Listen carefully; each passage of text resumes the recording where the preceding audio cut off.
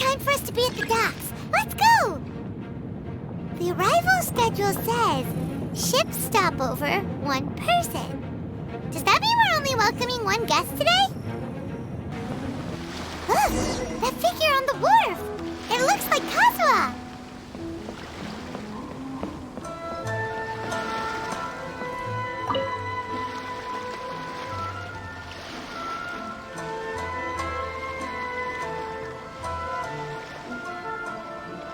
Greetings, Traveler and Paimon.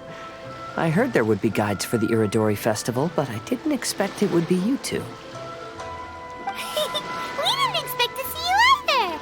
Returning as a guest for the Irodori festival, no doubt. I was a little surprised myself when I received the invitation. But after wandering the outside world for so long, it's good to have an opportunity to return to my homeland and pay respects to my old friends.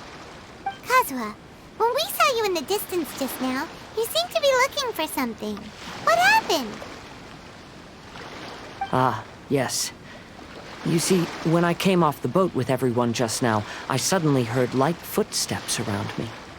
I could tell they were not footsteps of a regular passenger. But by the time I turned around, the person had already disappeared. I only heard a splash come from below the pier. Even though I didn't manage to catch a glimpse of them, I found this strange piece of paper by my feet. Oh, does the paper happen to have a poem written on it? Huh. How did you know?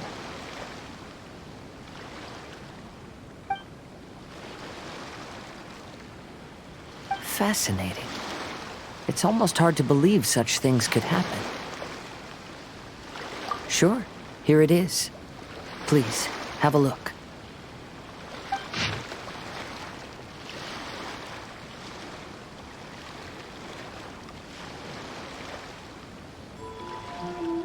Last time, Aoi no Okina's poem ended with a reference to Akihito. And sure enough, this is a story about him. The story this time basically says that Akihito got his name from his love of red seals. However, the Shogun discovered that he had committed plagiarism, and he was soon exiled. Well, if Paimon were to rate today's story, it sounds pretty unfortunate. I don't think there's anything particularly wrong with this story. I too was once wanted as a criminal by the shogunate. So I'm not all that different from Akihito mentioned in this story. But according to the story, Akihito was exiled by the Shogun because of his wrongdoings. You did nothing wrong, Kazuha. Huh? Traveler, what are you thinking about?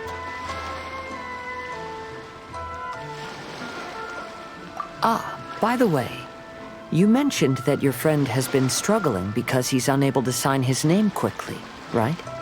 In Liyue and Inazuma, there is a saying, that which has been stamped has also been signed. Perhaps using a seal could be a feasible solution. While sailing at sea, I sometimes carve things to pass the time.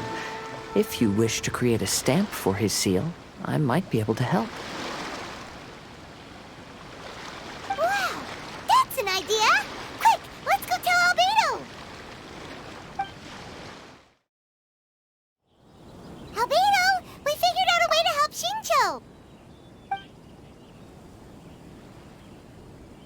Interesting.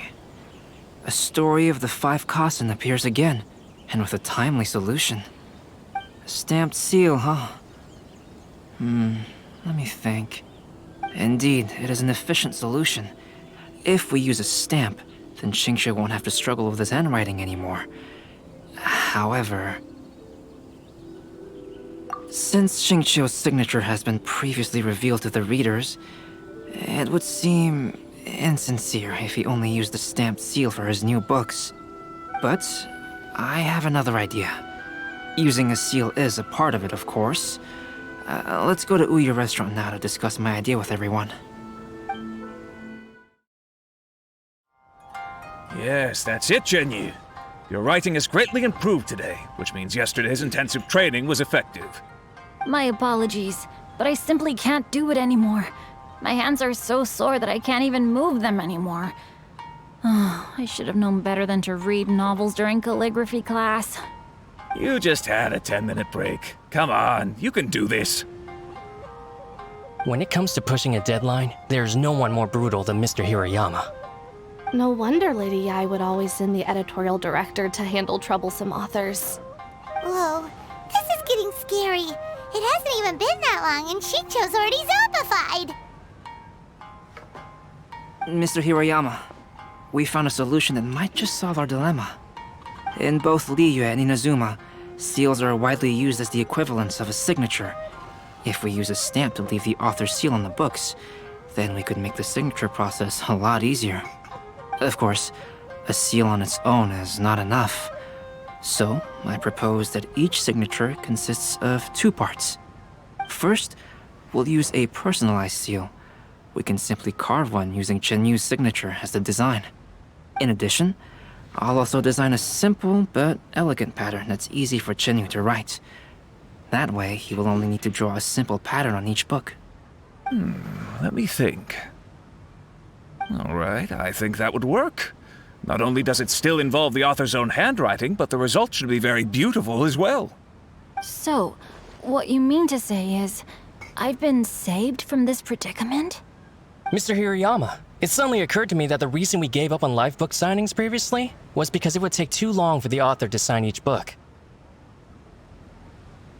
But if we adopted Calx's proposed method, we might have enough time to do signatures at the live event. And if all the authors signed their books in the same fashion, then Genyu's signature wouldn't look out of place. If you think it's feasible, I would certainly be happy to design signatures for the other authors as well. Yes, and you may leave carving the stamps to me. In that case, I shall contact the other 2 authors participating in the new release event. It is a great honor to use a signature designed by Calx. My pen name is quite complicated and isn't suitable for signing events. However, if we implement this new format, then it'll be a dream come true for me as well. Great! Looks like everyone's on board with the idea. I'm sorry to have kept you busy for so long, Genyu. Please, take the next few days to have a good rest. We'll handle everything from here. The books that Genyu already signed can be used as special prizes in future events held by the I Publishing House. We did it!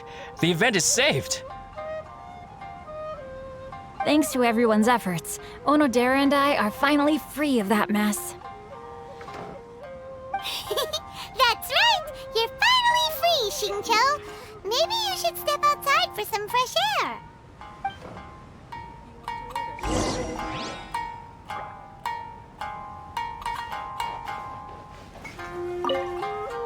Onodera, please inform Lady Ai of the changes in the event planning when you have a moment.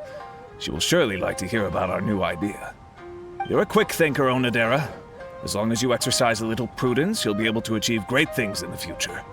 Got it. Thank you very much, Mr. Hirayama. I suppose this is all a blessing in disguise, isn't it? I'm sure readers will be thrilled to hear that the release event will also have a book signing.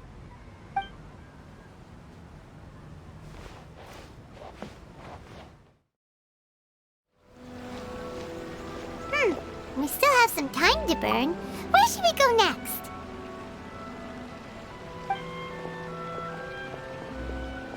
Traveler, there you are. Oh, it's Ayaka! And Venti! That's an interesting combo. I was just going to the festival venue to prepare the Ikebana lesson when I found a strange piece of paper on a flower stand. This bard just happened to be close by at the time. He informed me that you've also found similar papers recently. As such, we came together to find you two. But the paper she found isn't quite the same as the ones we found before. Here's the paper. Please have a look.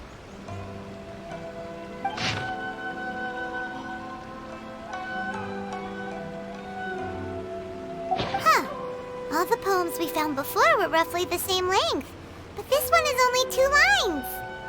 And even though there are only 2 short sentences, neither of them are next to the title or centered on the page. The position of the writing seems to indicate that there is other content written on this paper besides these 2 lines. If we take the poem literally, it reads, "Dip this paper in water and see the truth naturally appear." Speaking of which, I have an ancient text at home, specializing in ancient and exotic stories. It mentions a special ink that will show itself when wet and disappear when it's dry. So, shall we give it a whirl? It just so happens that there's a pond nearby.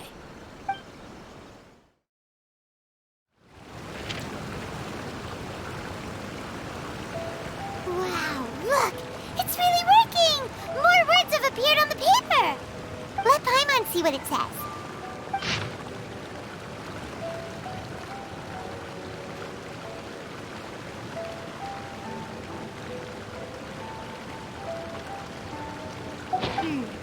Story says that after Sumizomi got the collection of poems from Akihito and put them into a stream of water, the plagiarized words in the poem became blurry. Huh? Why would that happen? You see, Paimon, in the past, when printing was not yet well developed, handwritten text could easily become smudged in books when exposed to moisture. To ensure the text lasted longer, they'd either write using a special ink or coat the paper's surface with a waterproof coating once the writing was finished. Such special inks are time-consuming and laborious to produce, and the waterproof coating could also prove just as difficult. However, since Akihito's poetry collection was an important gift to be presented to the shogun, surely one of those two methods was used to protect it. But as for the plagiarized poems, not only would they lack Akihito's seal, but the words would also react differently when exposed to liquid.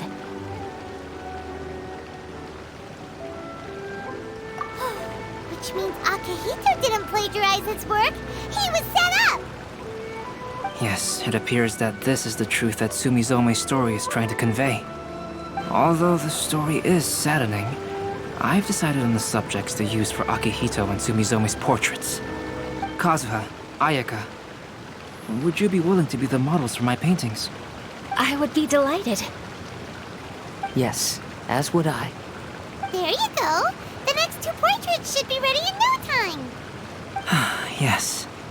And now that all 4 stories have all been collected, the story of the 5 kasen is now fully completed.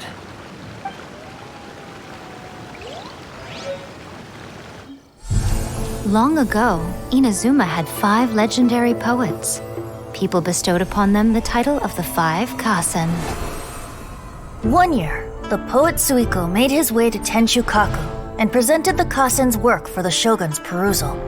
But a page from the works of Aoi no Okina had been torn out, and Suiko was questioned regarding the matter. Suiko pleaded guilty. He admitted to drinking at the tavern the night before, and vaguely recalled a mysterious figure approaching while he was intoxicated. That figure was none other than Aoi no Okina himself. This turn of events had begun with an unnamed individual, under whose coercion, Aoi no Okina was forced to take drastic measures to retrieve a page of poetry. He knew nothing of this individual's true intentions. All he knew was that the poem had to do with an old acquaintance, Akihito. Akihito had once belonged to the 5 kasen. Each poem he composed, he marked with a scarlet red seal, hence the Aka in his name. Such a distinguished writer was he, and yet one of the poems he had submitted the previous year was found to be plagiarized. Akihito was exiled for his crimes, and only 4 of the 5 kasen remained. Sumizome went over Akihito's poems and noticed that the plagiarized poem lacked his seal. She immersed his poetry in a stream nearby, and only on the plagiarized poem did the ink run. Aoi no Okina passed by and witnessed Sumizome's doing, which he then recorded in a poem. Thus transpired the events of Suiko's poetry submission, and this is where the story comes to an end.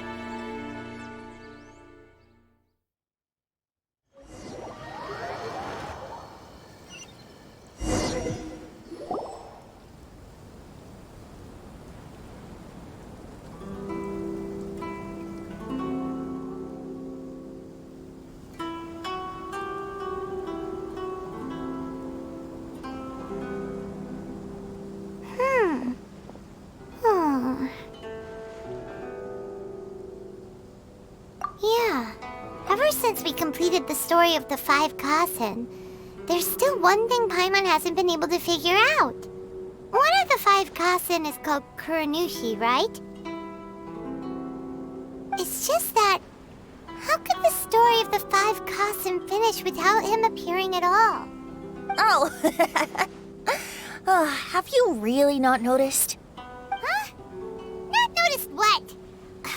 This is no time to be playing games, Tone Deaf Bard! What he means is that the story of Kuronushi was already embedded within the 4 poems. Huh? Really? That's right.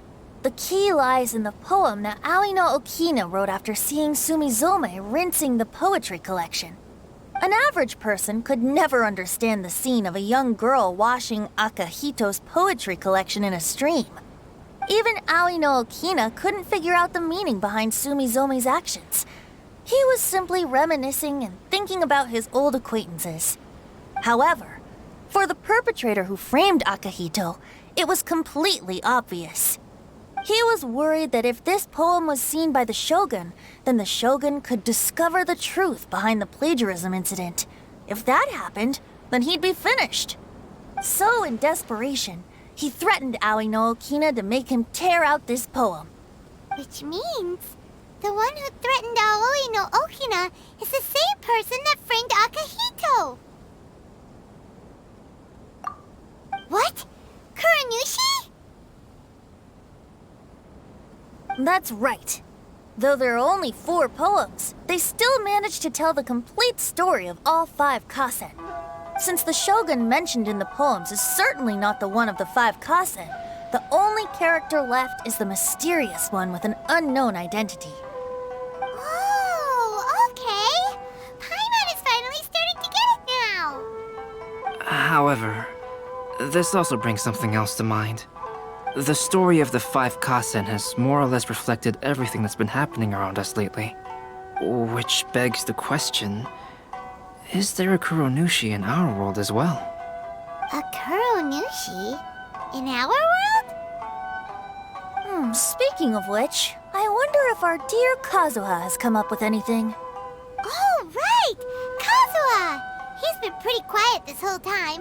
Let's ask him!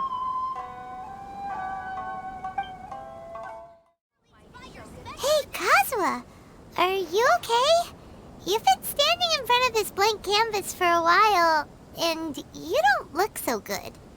Apologies for making a wild assumption, but has the story of the 5 kasen reminded you of anything?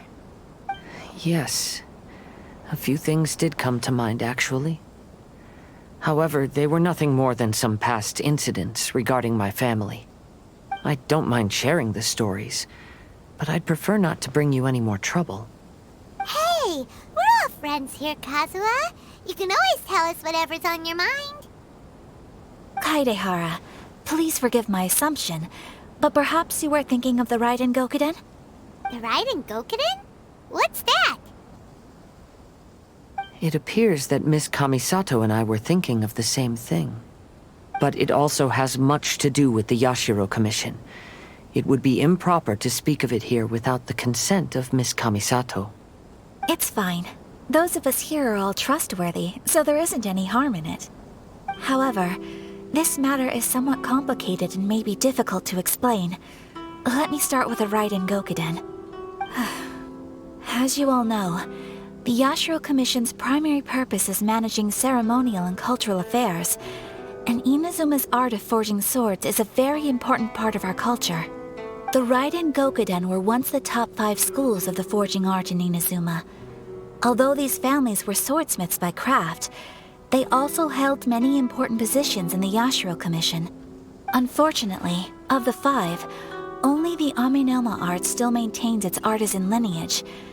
The descendants of the Ishin art are also still alive, but the craft has been lost to time.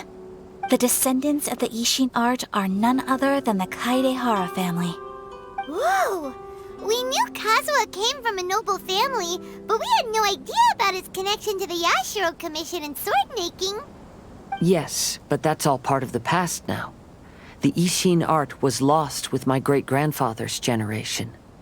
My grandfather was dissatisfied with my great-grandfather's lack of effort. When he was young, my grandfather traveled all over Tevat to find a way to revive the family business. But it was to no avail. And in my generation, our last remaining family property was lost as well. I heard my elder brother mention that the decline of the Raiden Gokuden happened very rapidly. In the span of a few decades, 3 of the families suffered various misfortunes and disappeared completely. Later, there was speculation that all of these misfortunes stemmed from some background machinations, meaning that someone wanted to wipe out the Raiden Gokuden. However, since not every family of the Raiden Gokuden came to ruin, such explanations were treated as nothing more than a conspiracy theory. Indeed. I've also believed such ideas were just theories and rumors. However, I know that a major incident happened to my great-grandfather when he was young. Not only did it affect the Kaedahara clan, but it nearly jeopardized the Kamisato clan's position in the Yashiro Commission as well. After reading the story of the 5 kasen, I can't help but feel like it's pointing me toward the truth behind that incident. What exactly happened to your great-grandfather, Kazuha? I still can't say. I need to speak with someone to verify the details. Let's meet here again at noon tomorrow. I will tell you everything I know then.